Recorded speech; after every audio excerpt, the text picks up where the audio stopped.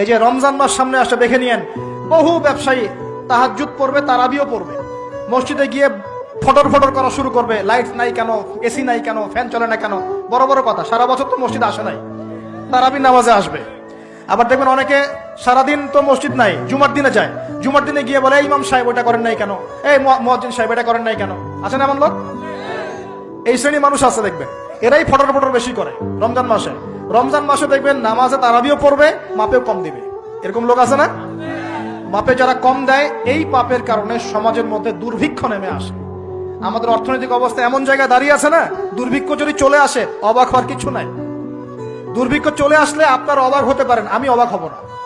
এমন একটা জায়গায় দাঁড়িয়ে আছে, এমন একটা জায়গায় দাঁড়িয়ে। এবং রমজান, এই রমজান মাসে এমনি তো দ্রব্যের দাম বেড়ে যায়, এবার যার কি হবে আল্লাহ ভালো জানে।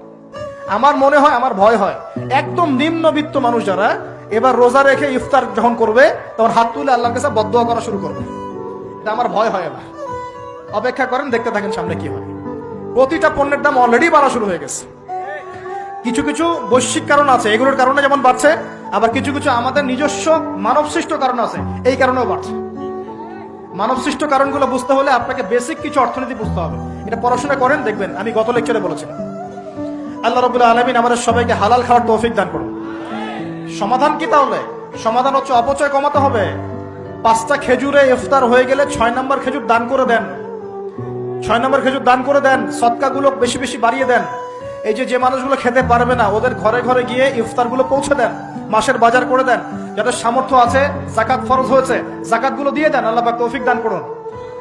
দুর্নীতি বন্ধ করেন, কালো টাকা বন্ধ করেন। কত টাকা পাচার হয়ে গেল বিদেশে, সেগুলো কে ফিরিয়ে নিয়ে আসবে? এই দায়িত্ব কার? মনে রাখবেন, একটা পাপের হিসাব না দিয়ে কাল কিয়ামতের মাঠে কোনো দায়িত্বশীল পার পাবে না ইনশাআল্লাহ। কোনো দায়িত্বশীল না। না, এই যে আমি লেকচার দিচ্ছি না, আল্লাহ পাক আমাকেও দাঁড় করাবেন। দাঁড় করায় বলবেন, তোমাকে আমি দিনের যে জ্ঞান দিয়েছিলাম, সেই জ্ঞানের হক তুমি আদায় করেছো কিনা হিসাব দেওয়া। এই যে বড় বড় মুফাসসিরে কোরআন, মুফতি, মুহাদ্দিস বসাচ্ছেন, পাংখা দিয়ে বাতাস করছেন, হ্যাঁ, চা খাওয়াচ্ছেন, কফি খাওয়াচ্ছেন। এক একজনকে আল্লাহ পাক দাঁড় করাবেন, বলবেন, কোরআন সুন্নাহর যে আমানত দিয়েছিলাম, সে আমানতের সাথে কতটুকু তুমি হক আদায় করেছো, হিসাব না দিয়ে পার পাবে না তুমি। ফাইজলামি মনে করেছেন নাকি দিনকে? ঠিক একই ভাবে সমাজের, রাষ্ট্রের দায়িত্ব আল্লাহ পাক যাদেরকে দিয়েছেন, এক একজন ব্যক্তিকে আল্লাহ পাক দাঁড় করাবেন।